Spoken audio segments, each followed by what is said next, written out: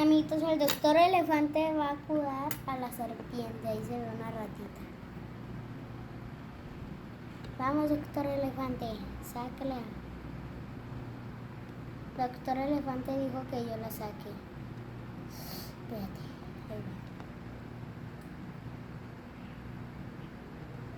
ahí va. Ahí va. Saqué la rata, saqué a la mujer rata. La ratilla, mira, la rata. Por comelona. Doctor elefante, llévate a la rata. Y curamos a la serpiente de ahogarse. Espérate, traigo algo adentro.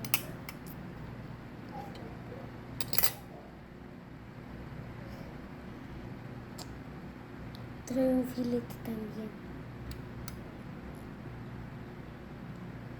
Rajón.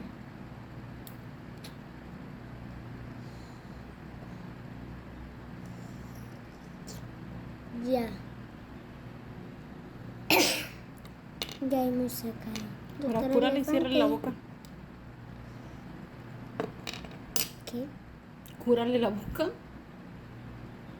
¿Qué le ¿Estás pasó a su grabando? boca? Sí, ¿qué le pasó a su boca? Ahí está. Ah, magia. Excelente doctora, recomendada.